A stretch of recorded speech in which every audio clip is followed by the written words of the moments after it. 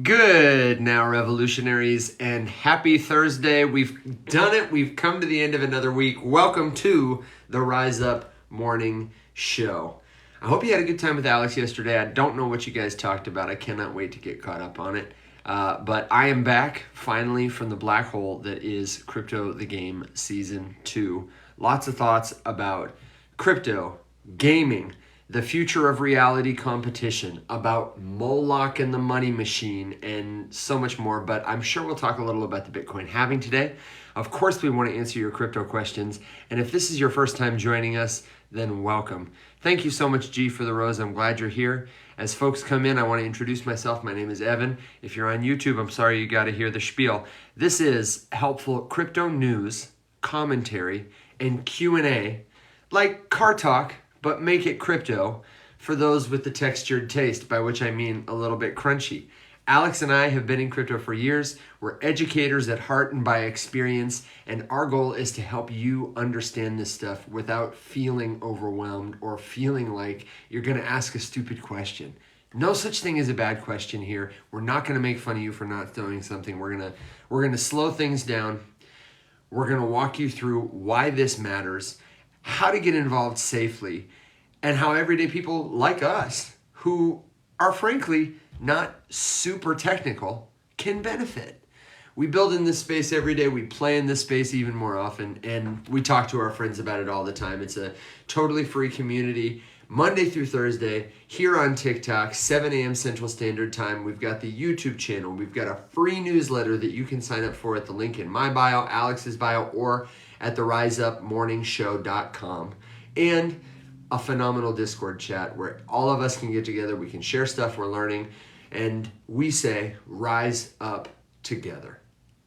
We are the many, and it feels exclusive, but the trick is everybody's invited. Oh my God, Lisa! Lisa is here. I am so excited that it worked for you. While you're here, I'm going to tap your name and make sure I haven't put any sort of mojo on your profile. I don't know what's up with that. Phew. Yeah, looks great. Looks like I have all the regular stuff for you, Lisa. I'm so glad you're here. Thank you for being here. Whether you're Lisa, whether you're a first timer, let us know. Leave a comment.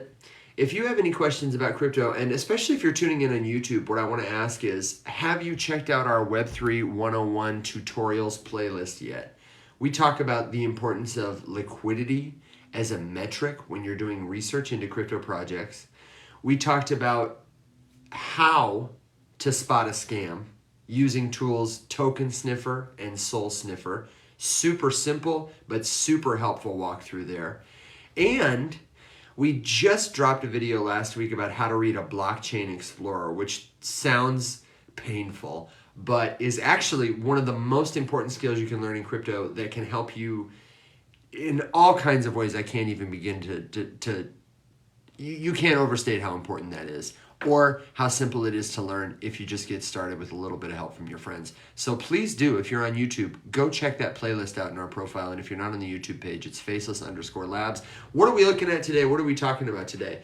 I was listening to a great podcast last night about the halving, how it's different this time than it's ever been, and how really it's only been for a short time. So of course it's going to be different. And there's my friend Alex. Let's get Alex up here. As all of you are coming in, feel free to say hi. Let me know where you're joining from. And, of course, what questions you have as we get started. My only question, Alex, is how the heck are you, and what did I miss yesterday? I'm sorry I was in and then out late and early, and it sounded like it was a good show going on. It was a good one. Yeah. I'm good. But no, we just did a lot of sniffing yesterday. A lot of sniffing. Hey man, I said it in the newsletter last week. Some people sniff their tokens. This guy huffs them. Christina told me afterwards, she's like, if you say sniff one more time. Well, hey, I like it. And I kind of agree with her, but that's why I like it. Because it sounds so silly. Shout out to Dallas in the house. We're representing the United States South here, I guess, at all different points. We got Texas, we got Memphis, we got Georgia. Let's get some representation. Lisa's holding down the Arkansas part of the house, which is, makes sense because the West Coast probably isn't awake yet. This is the Rise Up Morning Show, and it's definitely morning somewhere. Ohio, Frank. Welcome from Ohio. Let us know as Alex gets his coffee what questions you have about crypto, about blockchain, Maya's from Maryland. Are they still welcome? I don't know. I think Maryland, I've never been there, Alex. Have you been there? I think it seems idyllic. I have this idea of it in my head where it just seems like a folksy, people are kind, and that I don't know if it's informed or not. Maya can probably attest to this. I have only been one place in Maryland, and I don't think that I'm qualified to give an opinion on it because I was on deployment and I was in Baltimore. So I don't think I got the best gauge. Baltimore is a city. It's about the size. It's like 1 million people, right? It's like a Memphis or a Detroit these days, size city, right? Like I said, I never even left the port. Oh well, that's fair. I have some of those cities where I've been, but I was at the airport. Kind of thing, New York City. What's that? Go. I said New York City. I used to live upstate. I lived in Saratoga Springs for a year, and the entire time I lived there, I never once went to I've been to the city many times since, including also, I was just talking about this the other day. On a deployment, I got to Moore, right next to the Statue of Liberty. That was pretty sweet. Toronto. If you want to hear it sometime, I've got a playlist in my profile about the time I got banned from Canada. And I have a great picture, I don't know where it went, of me the first time I got to go to Toronto after the fact. And I was beneath the Space Needle and just, my arms were up as it rose behind me. It was like a rapturous photo. I don't know if it's in any of those videos or not, but if it's not, I'll have to dig it up and revisit it. It's a story worth hearing. But you didn't come here to hear me talk about Canada. You came here to hear all our thoughts about cryptocurrency. I told everybody there's no such thing as a dumb question. So if you've got a question that some influencer has made you feel is stupid, if you're ashamed to ask it, embarrassed, whatever, this is, our hotline is open, so to speak. This is an easy, safe place to hang out with people who are not going to treat you stupid for asking a question. Questions are good. We did have one question about a project that I feel like I've heard of, but it's kind of like Will said the other day, they fall out of your head. I've talked about it. Maybe. I don't know. Pendle. Do you know about Pendle, Alex? Enough to say that I've heard of it. But right. It sounds so familiar. But we could do the thing because I have this great thread in Gemini going that I have it trained to give me like the perfect little template. Okay, you do that, and I'm going to pull up a couple of the links for it. Pendle Finance, that's what it is. Pendle.finance if you need a link for Gemini to read.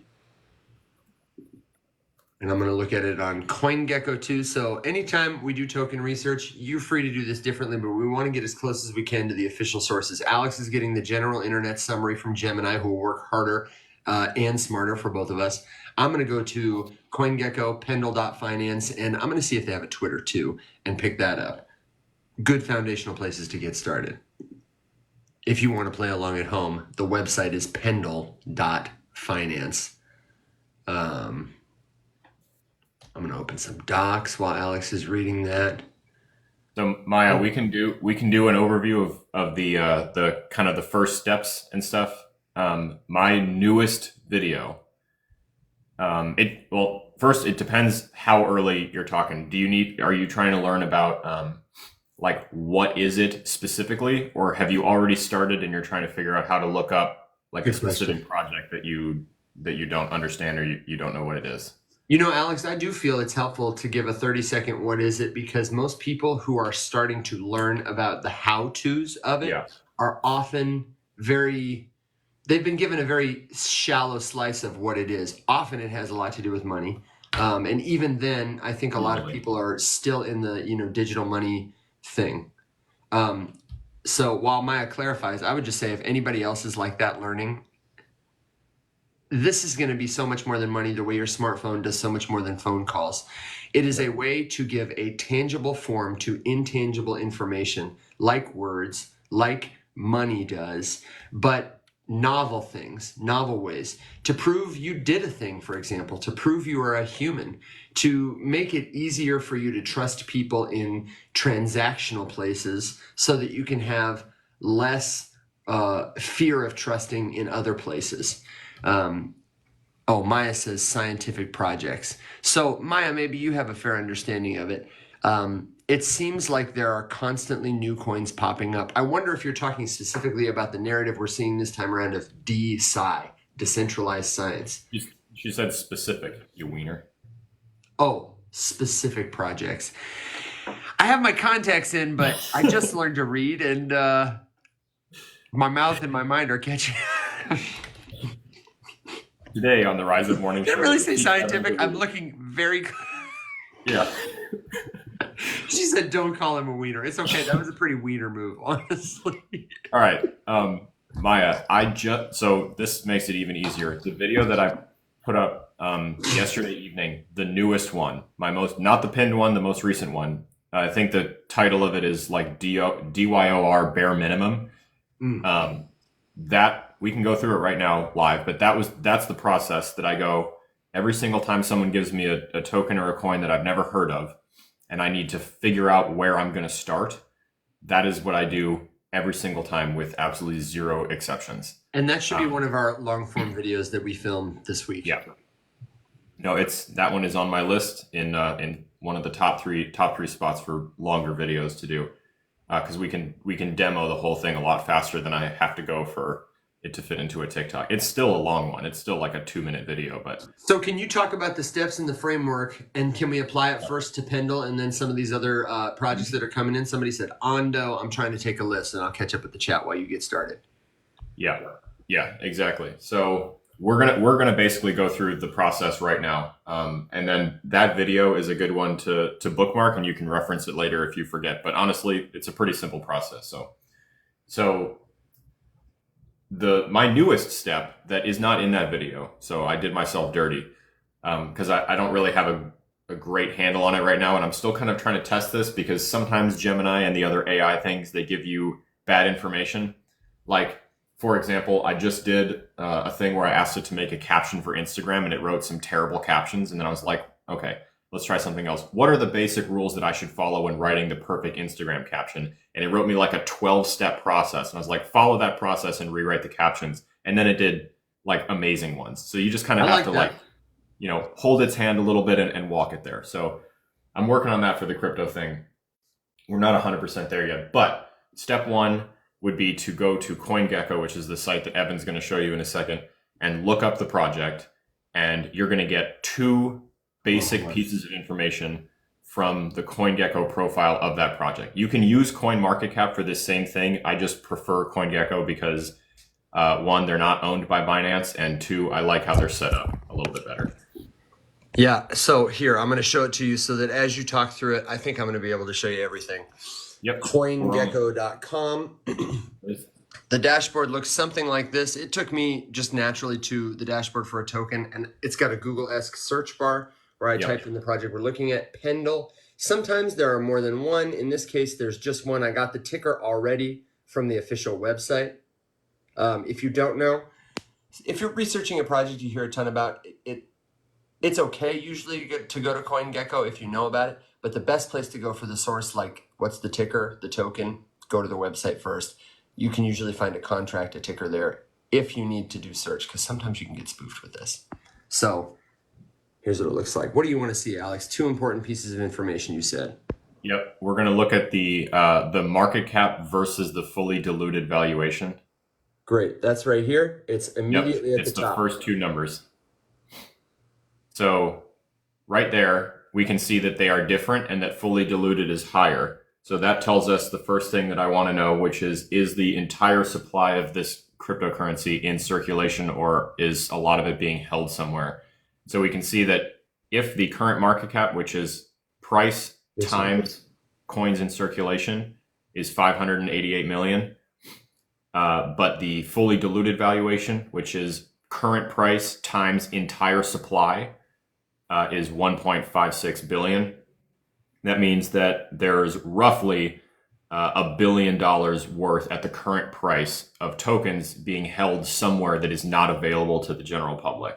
Yeah. So that is not necessarily a cause for concern, but you definitely want to be aware of it, because a high amount of coins not in circulation can lead to selling pressure, which can mean that this thing will have a harder time going up. Not to say that it can't increase in price, just that it may have a harder time because there's potentially sell pressure.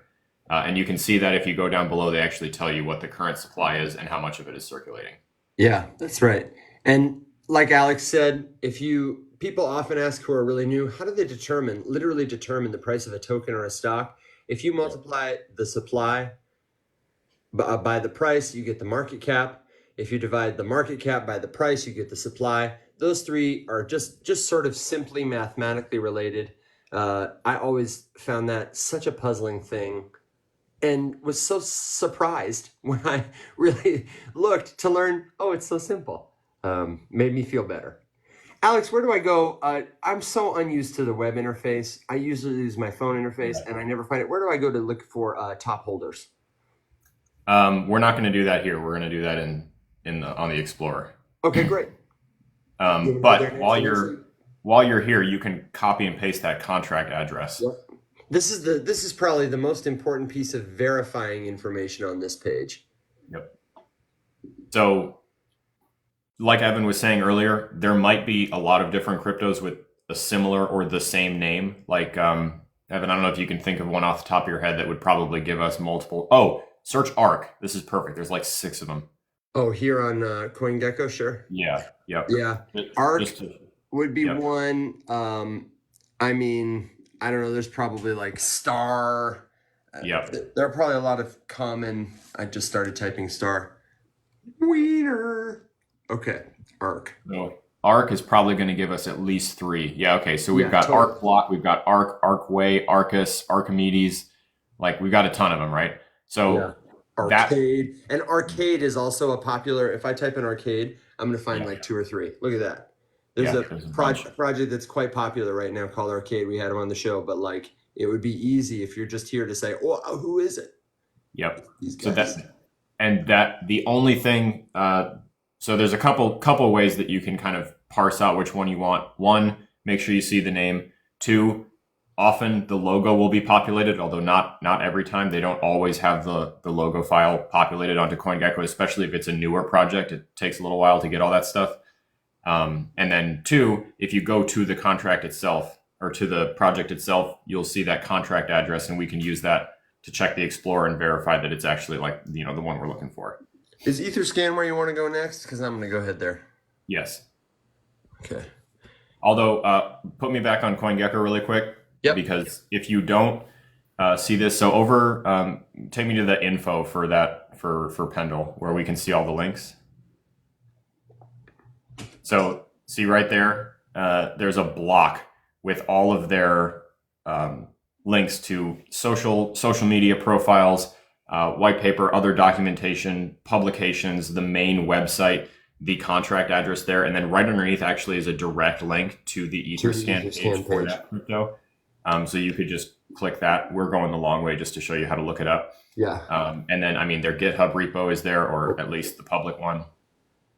So, yeah, and they've got looks like a lot of infrastructure for people who are interested in getting involved. They even have the API ID for people who want to do dev stuff with it. Very cool. Yep. So definitely the first stop, CoinGecko, look up market cap versus fully diluted valuation. And then I just use it to jump off and go to all of the other places, because Alex, are you taking note of these numbers? Because we did get a question about what do you think about it, and I'm just noticing, that it exists on many ecosystems. It appears to be very thoroughly documented.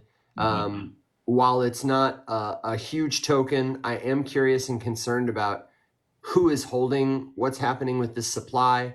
And I also, the other thing I'm going to look for here is like, this is a chart from 24 hours. I'm not so worried as an investor about what's been happening in the last 24 hours necessarily. I honestly like to look at what's been happening in the last 3 months, because that tells me maybe why people are coming into the TikTok live and talking about it. Look at this. In 3 months, This token has gained a lot of price traction.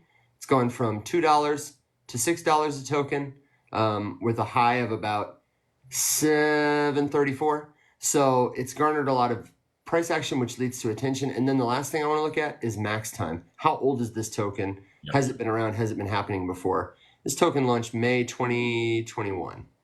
And it looks like its chart did kind of what everybody else's did, had a drop. Not uncommon for cryptocurrency tokens to drop in price right when they launch. This time frame, because Alex and I were here, matches up with kind of what everybody was doing. And honestly, so does this one. Yep. It's worth noting too, just in case CoinGecko is slow on the uptake, that max time is the amount of time that the crypto has been indexed by CoinGecko, not necessarily how long it's been in existence. But we can get that number from the Explorer. That's exactly right. Good point, Alex. So this is the link I clicked to take me to Etherscan. This is a website you need to know if you're researching tokens and any blockchain explorer. Etherscan is like Google, but there is also Yahoo and Ask Jeeves, and different blockchain explorers can pull information from different blockchains, because all blockchains is a network. The Ethereum network is different than the Solana network, is different than the Bitcoin network. And some explorers look at multiple chains. And the last thing I want to say is not every token is the coin of a network. Tokens and coins, they're different. Coins, they are like the foundational crypto unit for a particular network. They're used to pay for gas on that network, and they can be mined to bring them into existence. I said coins, right? I didn't say tokens. That's coins. Anyway, tokens, any cryptocurrency unit of data is a token, more or less. Etherscan will tell you all about tokens and coins. Pendle is a token. It lives on the Ethereum blockchain, but it also exists on, we saw Avalanche, Arbitrum, Optimism, BNB. So people are using this. And this is what we're looking at. Yep. Where do you want me to go, Alex? In a nutshell, the reason that we're here on the Explorer is because a blockchain, and this is a gross oversimplification, there's more nuance and detail here that's necessary, but gross. In a nutshell, grossly oversimplified, a blockchain is just a data storage solution. And the Explorer is the way that we look at the data. So this right here, I will die on this hill forever. You'd have to work. I think the last way I described it was I will languish on the hill. Learning how to read a blockchain explorer is the number one thing that you can learn in this entire space, because if the whole point of crypto is to store data in a better, more transparent, open sourced, and immutable way, and you do not know how to read the data or get the data, then you have to rely on someone else to tell you these things, like me.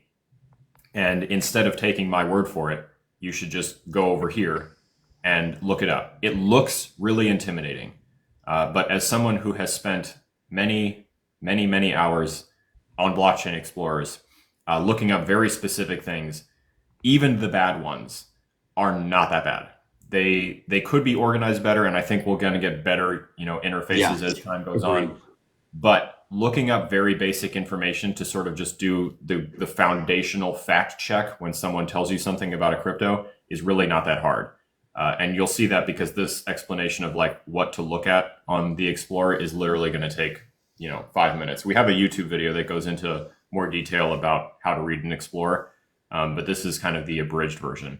And hold tight, because I wanted to just pull up another website. We can go to it in a minute, but are you using Dune at all, Alex? Mm-mm.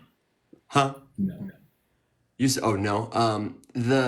It's a fantastic, it got lots of data there, like a block explorer, and you can kind of drag and drop stuff to aggregate it in ways that are helpful for you. People were using it a lot for Crypto the Game, and they made some awesome dashboards that just were so easy. You could see, how many times has a token been transferred, which players have held it, how much money has moved, stuff like that. It's been very It's a cool tool that makes the blockchain explorer more composable.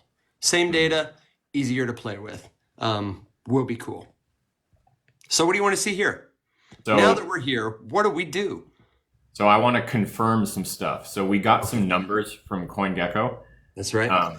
And let me just pull it up on my screen so that I don't have to rely on my tiny screen. Listen, man, you got a problem? This is the epitome of live stream technology right here. Oh my gosh.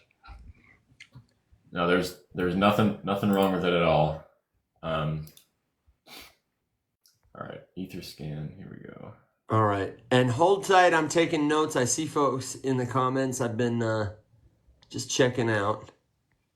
Yeah, we can certainly do an example of a couple of these. But like I said yesterday, all of the homework that I gave everyone was to go through this process a little bit on some of the coins that you were curious about, and then we can discuss your findings. Yes, and I want to speak directly to Crypt Truth in the comment. Also, first of all, yes. I do want to know why you don't think the halving will affect the price. I was talking about that. Yes, I want to know. And second, can you give me the TLDR on bonus? Because I feel like I've heard of that too. It sounds like one of those tipping tokens, but I don't remember. If you can give me the TLDR. And if you're putting something in the comments, thank you. I promise we will do our best to look it up. I'm taking notes. I've got Ondo, Spectra, and then something else. So... Oh, Crypto Truth says markets are different. ETFs and more attention set in uncharted price, pre-halving price action. We can give a thought on that in a minute, for sure. I don't disagree with any of it. You know, it's interesting. When you can't get a hair in your mouth that's like stuck between one of your teeth, and then you touch it with your finger and you're like, it's not there. That's really interesting. What's interesting? That's horrible. I don't know what's interesting. What's super interesting is if I copy the contract from CoinGecko and put it in Etherscan. Yeah. Does it take you to a different one? Because I'm on the Pendle. This is the direct link, and I just typed in the address. So okay, here's a super interesting. CoinGecko has a mistake on the Pendle page. Wow. I will ping them about it. Because the contract address that they have posted ending in 827 as that one. So the Etherscan link right there down below, third line, actually takes you to the right spot. Well, check this out though, because this says A827 and this also says A827. This is the link. That is the direct contract address though for the deployer wallet. That's the contract that the deployer wallet is under. It's not the token address. Oh. No. Look, here's the token address right here. Token address. I'm telling you. Go back to CoinGecko and just copy. Maybe it has somehow it has 827. Let me do this. Maybe it has a different interface. I'm just going to paste it up here. 827. Go. Take that to Etherscan and just do a direct search for that address. Okay, all right, okay. See if it takes you to the same thing that I'm looking at. This is wild. Pendle deployer 2, contract creator, ETH balance 0. Wow. Okay, so what it takes me to is a dashboard like this. I get the deployer and I get the token. So then you can follow that to the token. Huh? You could follow that to the token, but we're not looking. When I click on CoinGecko to go to the Pendle token, this is where it takes me. It takes me directly to the token. So searching for it takes me to this page that gives me the option. Now, at this point, we might need to clarify a little. Like, I feel like Maya's saying, oh my gosh, contract address, token, and surely some other people in the chat are saying that too. So how would you say it, Alex? The contract address is what controls the tokens. It's a piece of code from which data can be deployed actively onto the network. You click the button and the program starts to run, kind of thing. The tokens don't physically exist, remember. They're just pieces of data controlled by the conditions set out in this program. And so every program on a blockchain has a contract address. That's this. And in this case, what we're seeing is a contract referred to by the address, but that address also tracks this particular token. I honestly am not sure on the back end how they make sense of that, because it's the same address. Yeah, so that's not a bad way to describe it. To, again, oversimplify it, Please do. if we look at the cryptocurrency as, its own little thing, the contract address is basically its serial number. So we would use it to verify that we're looking at the right thing. And then within that serial number, you can use that number as a link to get the code that designed the entire project. So, which is this contract. All of that. Maya, you can use it to see the receipt, but the receipt is just part of it. The receipt, in this case, the list of all of the things that have happened. Like if Evan scrolls down a little bit, on this page, you can see a list of every single transaction that this wallet has ever done. There are 91,000 of them. So it's, that's the receipt. Pretty much every time somebody interacts with this token, if they're buying it directly from the contract, if they're swapping it, sending it, selling it, that's interacting with this contract. Yeah. And hi, good morning. Good to see you.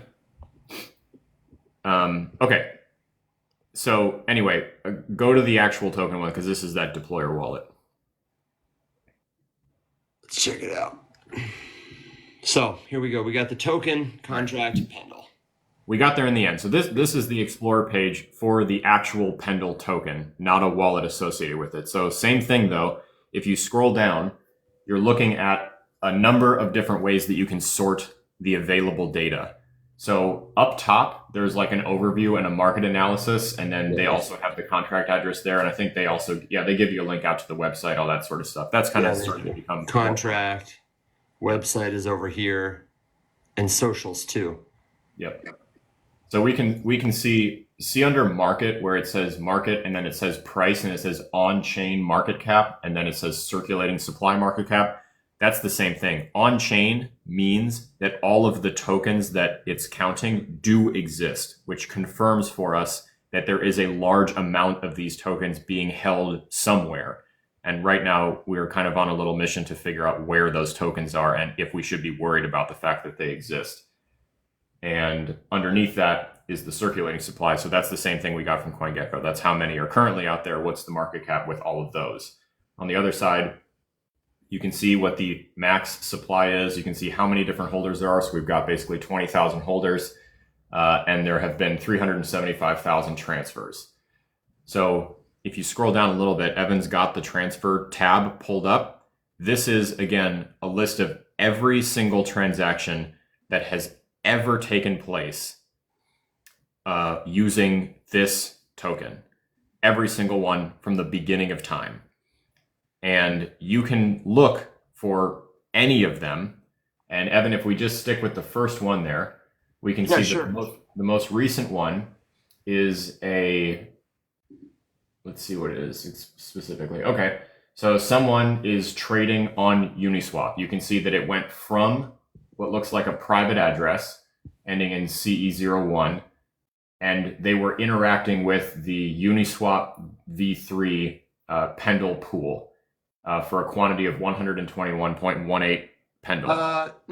I think the most recent one on your page is different than the most recent one on mine. I haven't refreshed. Yeah, there's probably going to be. And this one, mine is messy.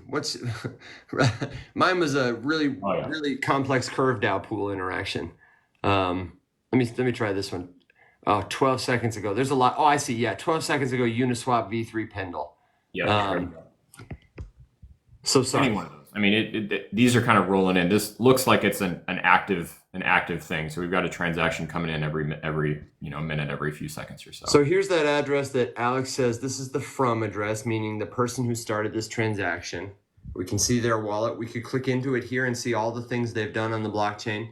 They've interacted with this wallet, which the Explorer recognizes as Uniswap's universal router. And inside this, there are a lot of little things happening that we could check on every single one if we wanted to. to see how this transaction has been carried out. I don't know what Bato is. I wonder if it's like BonkBot, but for Uniswap. Yeah, I don't know. That I don't know. What do you want to see? Honestly, we can just kind of poke around. I don't want to go into too many specifics here. So you can I encourage you to at least, you can't mess anything up. No, you're not and if gonna you break get stuff lost, here. you can always go back to the homepage and start over. But I would encourage everyone to sort of put yourself in the position to get a little bit familiar with how these work. The thing to realize is that when you look up anything on an Explorer, anything that you can chase will be a link to a different page on the Explorer. So like if Evan went into that transaction, every wallet link address is a link. You could go look up, okay, so this wallet traded to that wallet. Let's go look up the full history for wallet A and for wallet B. What did they trade? What protocol did they use? Did they interact with any smart contracts? All of that stuff is going to be there. You can look up and click on any of the links that are there, take you to any of the pages on the Explorer for any of those things, and get all of the information that you could ever dream of. Anything that exists will be on that Explorer, which is really cool. So what Evan's doing right now is looking at where we're going to look first if we're vetting a project, which is holders. So holders has its own tab, and there's two ways you can look at it. Evan's got the pie chart pulled up. You can also just read them. So we can see here that 20% of the supply is sitting in a Pendle contract wallet. So that's a good sign. You can, if you scroll over, can you go to the list, not the pie chart? Yeah, sure. How do I get back to a list? Let me try this. It's also just below the chart if you want. But, Oh, is it really? yep. I just never use it here like this. So here we go. So see how next to the name of the address right there, over, it's got a little tiny document, not the copy, but that side. So that icon next to an address signifies to us, the viewer, that wallet is operating or confined by the parameters of a smart contract. That is a good sign. However, we can't see what the contract says from there. But if you go into that address, you can read the entire code structure for that contract. So if Evan clicks on that Pendle, VE Pendle. You want me to show him the contract? I could just show him the contract up here. It's this one. It's the same one we were just in. Yep. So you can look at that address and you can click the contract and you can read the contract and you can also see the code. So if you can read the code, then this is a great place for you to poke around and see what you can find.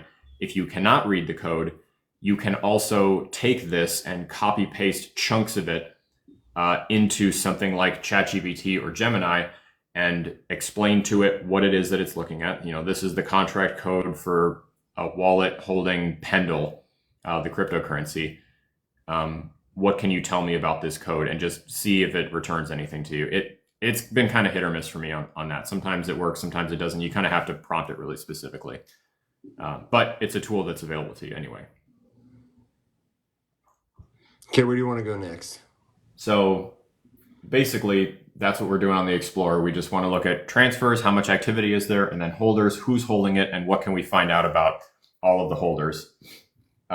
Next, I would take that same contract address and I would go over to Dex Screener and I would copy it in and see what we can find.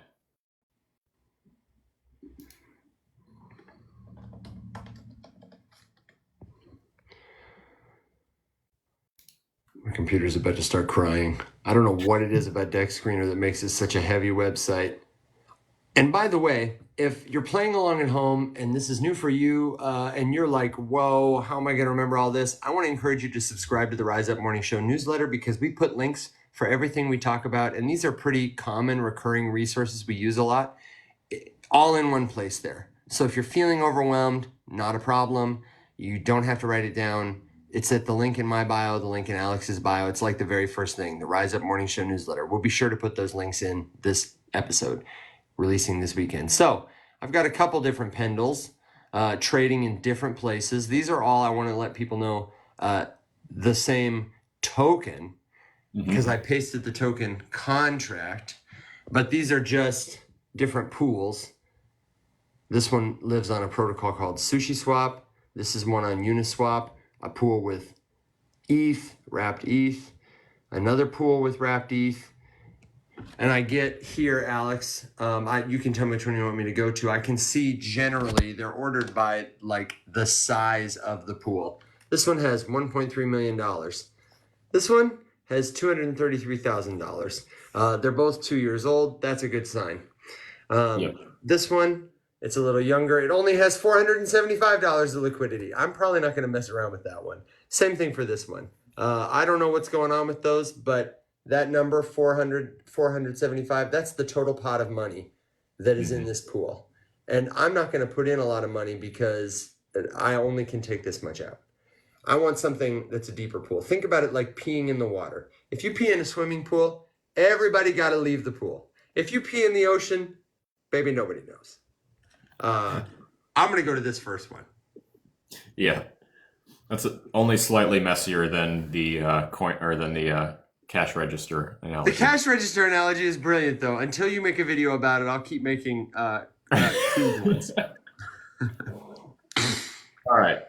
So here we've got the overview page on Dex Screener for Pendle. So we can get a couple different things here that we can't get from anywhere else. One, over on the side there. So yeah, exactly where Evan's looking. We'll just top down it. So like Evan suggested, there are multiple pools. So, people trading Pendle can do it in multiple places. This is the biggest one. So this is the one we're interested in. You can see the price in ETH, the current liquidity, how much money exists in this pool that can be traded in and out of. That combines Pendle and Ethereum that are in the pool together. So if you scroll down a little bit more, okay, you'll see where it tells you pooled ETH and pooled Pendle. And they are going to be the same dollar amount, but half of the pool will be Pendle and the other half of the pool is going to be Ethereum. Yeah. Right there. So yeah, it's very, very similar in amount. That's a topic for another conversation. But underneath there, you can see he's got those contract addresses again. So the pair, that's the address for the swap. Pendle, that's the address for the Pendle token. And then wrapped ETH, that's the address for that version of Ethereum. Underneath there, we've got the security audit highlights. So Go Plus is reporting some issues. Go Plus is super hit or miss. In my experience, Go Plus is usually not very accurate. But it's an okay place to start. So it looks like there are two red flags are that the ownership hasn't been renounced, which in this case, I don't think is necessarily a worry because their protocol's been verified a lot of other places. Like they're clearly legitimate. Is it mintable? Yes, which means that the people who deployed the tokens have the ability to play Federal Reserve with the supply. They can do more, they can burn some, etc. The reason that these things are flagged is because you want to be aware of it. But it's also worth mentioning that these things are not necessarily bad.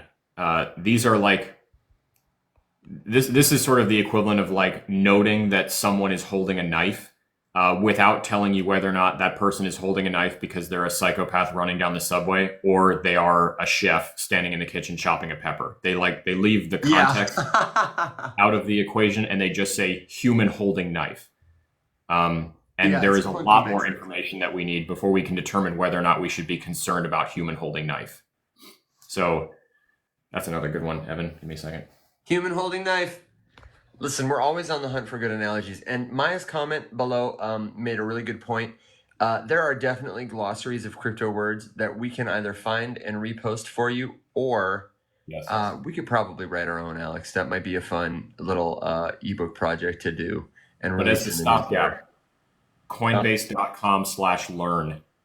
Yeah. Is going to have most of them. Mm-hmm. Coinbase.com/learn. Yeah. It's free. You don't need a Coinbase account to read that. You can just go right to that page and buy nothing and just read everything. It's awesome. Okay. So like I said, we can get a couple flags from here, but we get no context. So for the context, to get a little bit deeper, Evan, let's take that contract address again and let's sniff this thing. All right, we're going now to tokensniffer.com. Now, this seems like a lot of steps. Just remember, this is something we've gotten into the habit of doing every time, like a muscle you exercise. Alex and I could sit down and go to CoinGecko. We could pull up all these tabs at once and probably could do this in about 2 minutes. So don't hesitate if it seems overwhelming. It's all the same kind of process. You go to a website, you take that address that you copied in the very first place you went, put it in the search bar, and just see what you find there. And you'll get used over time to knowing what you're looking for. Okay, here we go. 70 out of 100 score. Again, not bad, but it's like a man holding a knife. Yeah, not bad, but we're missing context right now. That's exactly right. What do you want to see? Do you want to see? I'm looking for red flags here, and I don't see. Yeah. At least 95% of liquidity burned or locked for at least 15 days. 0%. Less than a percent has been. Real quick. Go ahead. The way that this is written is a little bit confusing when you first look at it. See how it says at least 95. So the title of that section that we're looking at there implies that 95% of the liquidity has been burned or announced for at least 15 days. That's what they want to see. That's their standard for passing this sniff check. Is that they want to see at least 95% of the liquidity burned or locked for at least 15 days. In my personal opinion, I think that's a little bit excessive, and a ton of projects don't fall into that category, so they're going to automatically fail this. So what you're going to want to note is just that this is a thing, but remember, human with knife. So they also then give you a little bit of they provide a little bit of context, like why do they have this on their list? And essentially, it's just that if liquidity is not secured, it is more possible, it's easier for the person with their hand in that cookie jar to take out way more cookies than they should be. God, that's another great one, Evan. It's the mouth opening on a cookie jar. That's the liquidity lock. Whether or not you can get your whole hand out with 30 cookies at once, or if you have to take the cookies out one at a time. I mean, I'm on fire today. You could make it work because you're a good analogizer, but I kind of like the peeing in the pool better, if I'm being honest. You're biased towards peeing in pools, which makes me think that you pee in all of the pools that you're in. Listen, man. Let's move on. Don't invite me swimming, Alex said. I can't find any other red flags on this site here. Nope. So, I just want to show people the bubble map real quick. Is that okay? 100%. Just because it's a cool feature that you should know about. It visualizes token transfers between the top 100 holders and other wallets. And it may take a minute unless you're using a fast computer. Isn't that cool? Check this out. Yep. So what the hell are we looking at? Yeah, what the hell are we looking at? The bigger the bubble is, the more the token supply it holds. This one holds 14.9%, so it's a big old bubble. What is the gold and blue, Alex? I forget. So the blue, the light blue are just regular holders, not under contract. I can't tell on your screen which ones are orange and if there's any red ones. No red ones. They're all orange or blue. Those are all orange. That's interesting. Yeah, they're all orange. And this can you go into one of the, so I assume that big orange one, that's the one with 20% of the supply. Go into one of the other orange ones that's not connected to anything. Yeah, okay. Not connected to anything? Okay, hang on. Let's get this guy out here. He's hard to see, but he's orange. And when you click it, it pulls up our old friend, Etherscan, the blockchain explorer, so that we can really simply, easily see what the heck this person is doing with this token. This wallet holds 15,000 Ethereum. They're having a good day. And it looks like they're sending a lot of stable coins. They've done 61,000 transactions. They don't appear to be a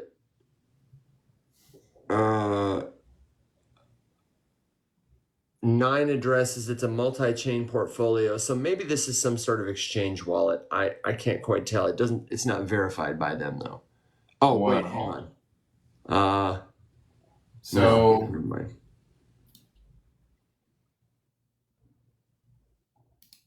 because I'm looking at another one of those orange ones that's not connected, and it's not named, but okay, it is. So This has got to be an exchange wallet of some kind or something. just go to transactions.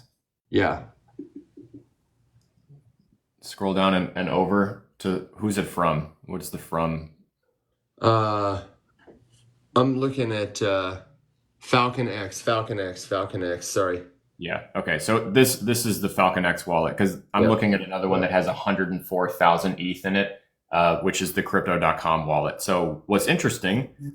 Here's another good point that that Token Sniffer is capable of making mistakes because every single one of those should be written in a different color. Those are not supposed to be orange. Interesting. Those are supposed to be cyan because those are exchange wallets. Got it. Robbie wanted to know what's this one in the middle of all these others. So I'm going to zoom in on it. Let's open that bad boy up and let you see it.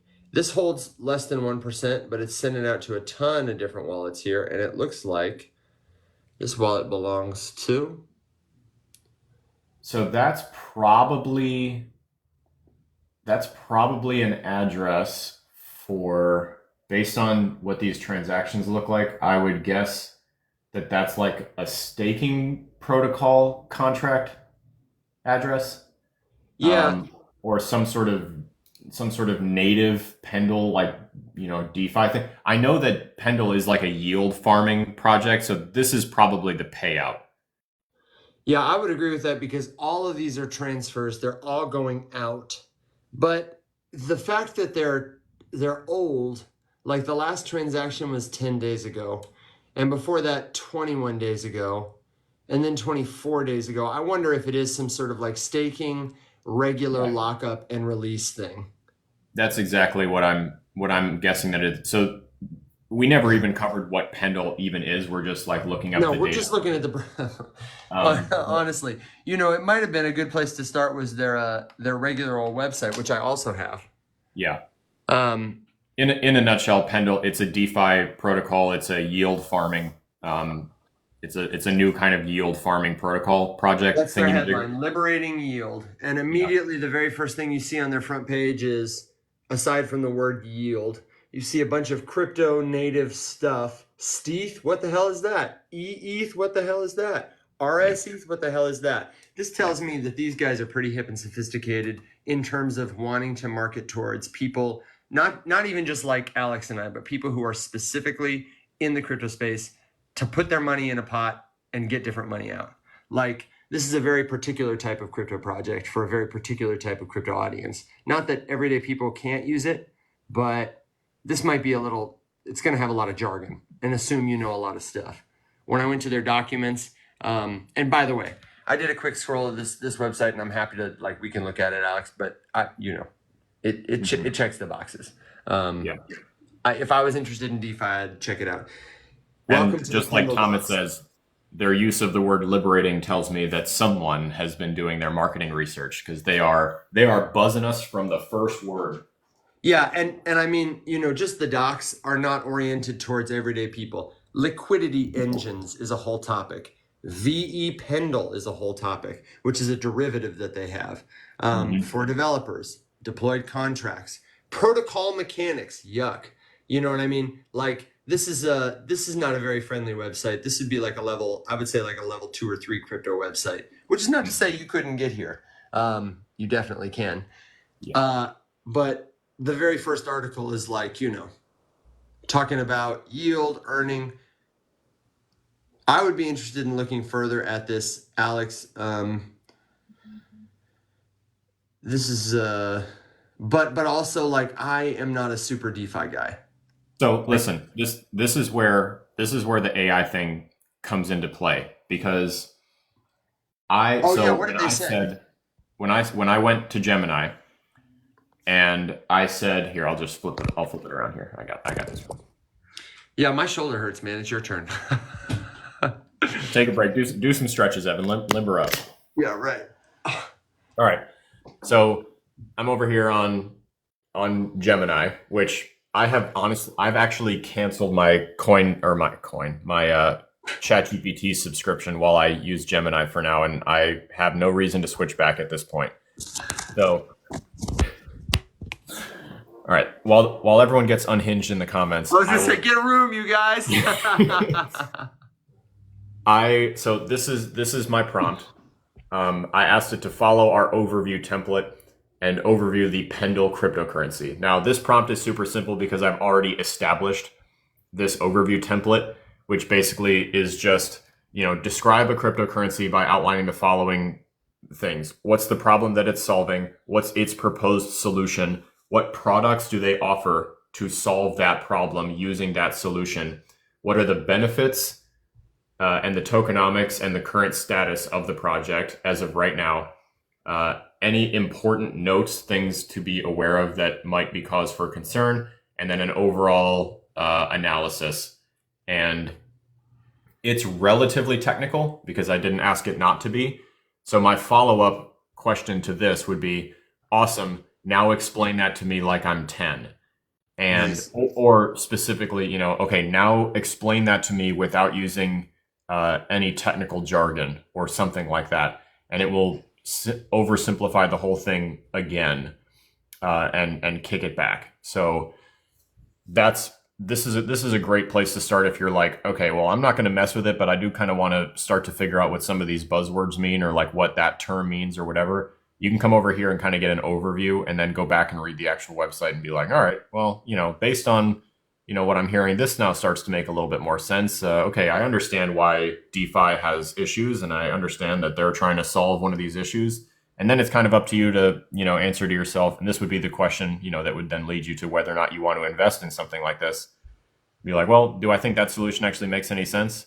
Or am I even, do I need to learn something else before I could make that determination? All that sort of stuff. So to recap, we got the name of the crypto that we were interested in because we heard it being talked about on social media. Instead of taking that influencer's word and just going to buy it or asking the question, where do I buy it? We went to CoinGecko and we searched for the name. And then we found its profile. And then we got its fully diluted valuation versus its market cap. And we learned that not all of the tokens, are circulating. Alex, you were starting to do a summary and then you got launched into a lecture. So you just go to CoinGecko. Really, all you got to get is the contract. This is a summary, Evan. Okay, all right, okay. Keep it going, Professor. We got the name. We took the name to CoinGecko. We got some basic information. We followed the link to Etherscan. Oops. We got the overview of the on-chain data of the project. We looked at transfers. We looked at holders. We found that, okay, that giant supply of the token is being held in a contracted wallet. Excuse me. And then we showed where you could go get the code for that contract and, then what you can do with it if you can read that. Then we came over here to Dex Screener and we looked up the liquidity to see if there's actually enough money in this thing to support trading in a safe way. We noticed that the liquidity is not locked, which is the same thing as having a very wide mouth to the cookie jar, not the same thing as peeing in a pool. We came down here and we got our first overview of the audits, the security checks. We saw some issues that we would like to find out more about. We see that Token Sniffer has a 70 out of 100 score, so we took that right to Token Sniffer. And we sniffed this thing and we read what its red flags were all about. And they're really only concerned that there's not any burned liquidity and it's not being held for long enough. We got some interesting tidbits from the bubble map, which show us how all of these big wallets are connected and who's transferring what to who when. And all of these, every single one of these dots is a link. We also learned that token sniffer miscolored these. These should not be orange, unless, you know what I just realized? What? I wonder if they are in fact exchange walls, but maybe there's just something in the contract code for all of these that is allowing the exchanges to like be, you know, minters or suppliers or something. That's the only thing I could think of, that there might just be. Another suggestion for the blue one from Crypt Truth was, you know, they could also be bridges. Something that's sending stuff out a lot on a particular schedule, like a particular type of bridge. I don't think so because of the period, but a good observation. Yeah. So, and that's just something that would be over my head to answer, whether there's a specific code function that would have given this a reason to be all orange instead of whatever. Because like, what even is this giant one? See, this huge one is Binance. Yeah. Binance okay, but you got derailed from your summary. You were on step 17. After we open the bubble map. That's it. We're good. We went to the website. Don't forget that. There were at least 3 more steps in there. I would say it's a 4-step process with sub-steps, though. CoinGecko, Blockchain Explorer. Yes. A sniffing website of some kind, some auditing tool of your choice, and then the project website. I think Deck Screener is optional, but I would say definitely helpful. Like you could get a lot of that information from the other places. I gave it to you in 4 steps. I really did like your summary though, Professor Alex, and everybody in the comments was roasting me for counting your steps. They said, "Let him cook, let him cook." No, you're right. There's lots of sub steps in that, you know, like what are we doing on these sites, but the process is the same. Yeah, you know, and it's easy, repeatable over time. This is what we, you know, Alex and I mostly do, you know, the same kind of thing. I think I tend to go to websites first. Oh, and asking a GPT is also a great step. So if people have other steps, that's the first part. If you have other steps, let me know in the comments. The second part is Problem Solver asks, the TLDR, should I be worried about Pendle Finance? I would say, you know, I would definitely research this further. It seems, you know, worth your time if you're interested. What do you think? I'm going to be a little bit annoying and say, worried about what? Am I worried that Pendle is going to rug everyone? No, I'm not worried about that. No. But that does not mean that it's a good investment. That doesn't mean you can have. Yeah, don't just go buy this. Yeah. VeChain is the perfect example of a project that is definitely not a scam. It is absolutely not. They've been around for years and they have a product, and that product exists in the market and it's being used by their consumers. However, it's also proven to be not a very good investment. So the two things are not mutually exclusive. So just keep that in mind. Like, just because something in crypto is not a scam, that does put it in the minority of projects that are like legit and have a use case and are potentially doing something. But then we need to ask ourselves, like, is this a real problem that needs to be solved? Are there people looking for the solution? Like classic investment analysis, right? The controversial thing in the stock market right now would probably be Trump's Truth Social, right? That like it has a high valuation despite making almost no money and having almost no users. So you would need to be, but the reason that people have invested in it has nothing to do with the product or the offering or any theoretical solution that service is giving to people, but more you're investing in the controversy, you're investing in, you know, the attention that the thing can get. I heard someone on one of the CNBC like Money Watch channels describe it perfectly. It's GameStop.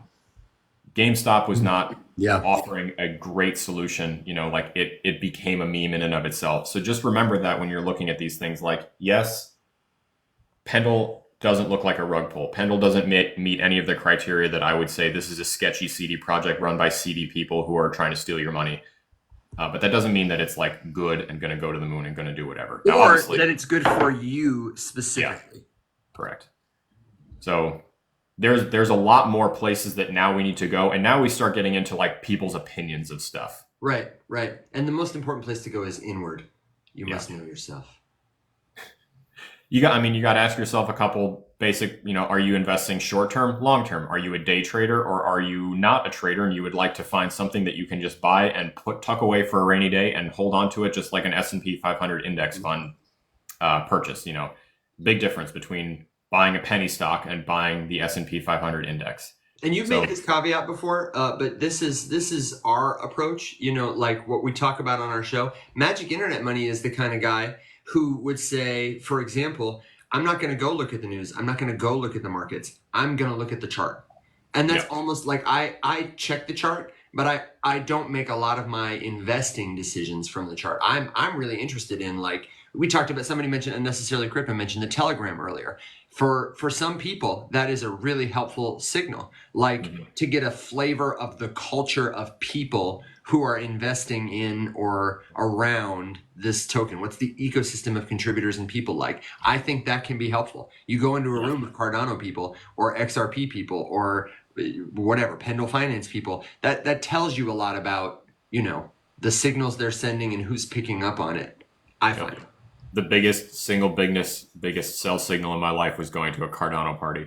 God, dude. Oh, I don't even think Charles wouldn't have liked that party. It was, I don't know. Oh my God. They were sponsored by Cardano. It was like loose affiliation. It wasn't like Charles held a party. No, it was not. It was not a real Cardano party. It was just a party of people who hold Cardano, and it was one of the worst things I've ever attended. It was so bad. Dude, it was so bad. Okay. To regroup, I do want. Oh, on the Telegram, that's a great point. I saw that comment. Yeah, about you had Telegram a comment earlier. you wanted to make on it. You said. Yeah, totally right. That's why we check social media and the community gathering pages for cryptos. One, because like Evan said, we want to try to get a vibe pulse on the community and see kind of how people are talking about it. And the things that I would be looking for in there would be like, do I have a sense of desperation? Like, am I getting the vibe that everyone in here is exclusively desperately trying to make money? So the only thing that's being discussed is like the price of the token. Is it going to go up? Should I sell it now? Should I be buying more? Where is people taking, like, all of that talk is concerning to me because no one is interested long-term in what the thing is doing. So that means that short-term, you could see spikes and crashes, but long-term, I don't see a ton of future. And then, you can also kind of get, are people talking about like, oh, this is really cool because they just did this, or I'm using this product, or if it's a layer one, like, yeah, I'm building something on here. Does anyone want to collaborate on a project? Like, these are all different ways that communities can be talking about these things. And you'll notice that like the vast majority of them are kind of more scared talking about the price. I'll give you an example from a chat I was in recently without naming it. People were wondering about whether or not this person had met with a lawyer. They were wondering about whether they had invested enough or too much. They were asking how to buy. They were asking, is it still good? Can I still?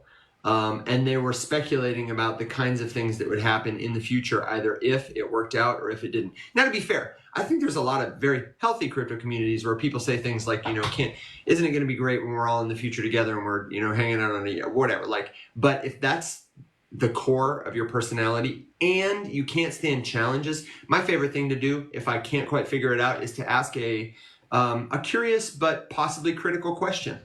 What is your team doing to ensure this product is compliant? For example, is a common question I ask. And I'd like to ask it in a really friendly, helpful way. Hey guys, glad to be here. Thanks so much. I'm just curious as I'm learning about this project, what kind of things are you doing to stay compliant with, the SEC or for investors in the United States or something like that? And the way people answer a question like that will tell you a lot. I could read books that have told me less than that question has told me. Someone came in here the other day. I don't know what it was. I think we offhandedly mentioned XRP, and someone came in the chat, and I immediately knew. They said something like, "What's being said in here about XRP?" And I was like they came to defend it, and I was like, "Bro, their legal team is doing just fine. They don't need you. Chill." My warning about Telegram before we lose the topic is just, if you do read a Telegram chat and you plan on speaking, just be aware that the second you say anything in Telegram in a chat room, you instantly become a target, and you will probably get DMs or tags, and they are always scams. just be aware that the second you put yourself into the public forum on Twitter, in Discord, in Telegram, on any message board, on any social media platform, I mean, here, right? Like every single day I block 2 or 3 fake accounts that look kind of like me, that have a similar username, that take my profile picture in my videos. Evan gets them too. And they reply to people in my comments with like links to videos, inviting them to talk to them on WhatsApp or talk to them on Telegram or call them here or whatever. They're always scams. So the second you insert yourself into the public forum, you open yourself up to being targeted by a scam. So you should treat everyone who talks to you as a potential scammer. And Tori, they do get a lot of followers, but they buy them. You can buy followers. They have almost no really likes most of the time. Yeah. You can buy followers very, very easily, and they're honestly not even very expensive. Crypt Truth, I'd like to know more about what you do professionally in the crypto industry, because you're dropping great suggestions and great knowledge. This is a good tip too. Even if you're not a developer, when you go to the Etherscan website to do your research, or the project website, you can click that GitHub button and pretty easily tell, just like you can see the transaction history on the Block Explorer, how recently and how often do the people who are developing this project send updates, ship stuff. The best projects are going to have really active GitHubs. You don't need to read it. You don't need to be a technical person. You can just look and see like, oh, they're shipping a lot of stuff. That's really smart. But we do have to recognize the difference in GitHub commits. Totally. Yeah, you could send 1,000 updates to the font. Yeah, you can changing the logo file or the font color or whatever on a website will give you a commit. The example I always give is the last GitHub push that our developer did for the game that we're making was to change the character art and to add some new animation frames. And every single one of those uploads was a commit. So there was like almost 4,000 commits. Which look super active, but like absolutely nothing about the gameplay or the trajectory of the project changed at all. We just like refreshed some art with a new version. But since there were so many different pieces, it looks like a shitload of commits. So you just got to remember that these are all individual pieces of an overall picture that we are beginning to form of a thing. But any one of them by themselves are not indicative of anything real. You'll notice a lot because the GitHub comment is so real. I can't tell you how many times I've seen a headline like most active project by GitHub commit, and then you go look at the commits, and they're not code push. They're not like project updates or things being built or real pushes. They're just like someone changing an I to a little bit bigger I. It's like transactions per second. Yeah. What is the actual value of that metric? How is it being measured? What are the conditions? Like HBAR can tell me all day long how many TPS they can theoretically do in idle rolling down a hill with the wind at their back. And none of that matters when you then look at a chain with real transactions per second of people actually doing stuff and see what happens. Plike wants to know if you get guys develop with blockchain, thought to create own crypto or something. And I actually, we've done it a lot, I would say, for people who are not developers. In collaboration with others and independently. And I'll give you just 3 examples of like things that I do or want to do. Yesterday for Crypto the Game, and actually remind me, I do want to talk about something. I was going to say it yesterday, but about like ethics and trust and the crypto. Remind me, Alex, just tell me Crypto the Game. Yesterday, I made a PartyDAO contract. If you've never used PartyDAO before, I had like observed them, been following them for a long time, but had not gone through the process to create a party before. Love it. You can launch tokens. You can launch investing pools with your friends to buy tokens or non-fungible tokens. You can mint and distribute NFTs that way. And I set up a contract so that people who held Crypto the Game tokens, so it was token gated, only our player people, could buy a membership into this party, which would allow them to own a share of a non-fungible token we sent to the contract. There was an active player who made it to the finals of Crypto the Game who was willing to donate their token to this contract, to this party, so that all of us could own a limit of one piece of it.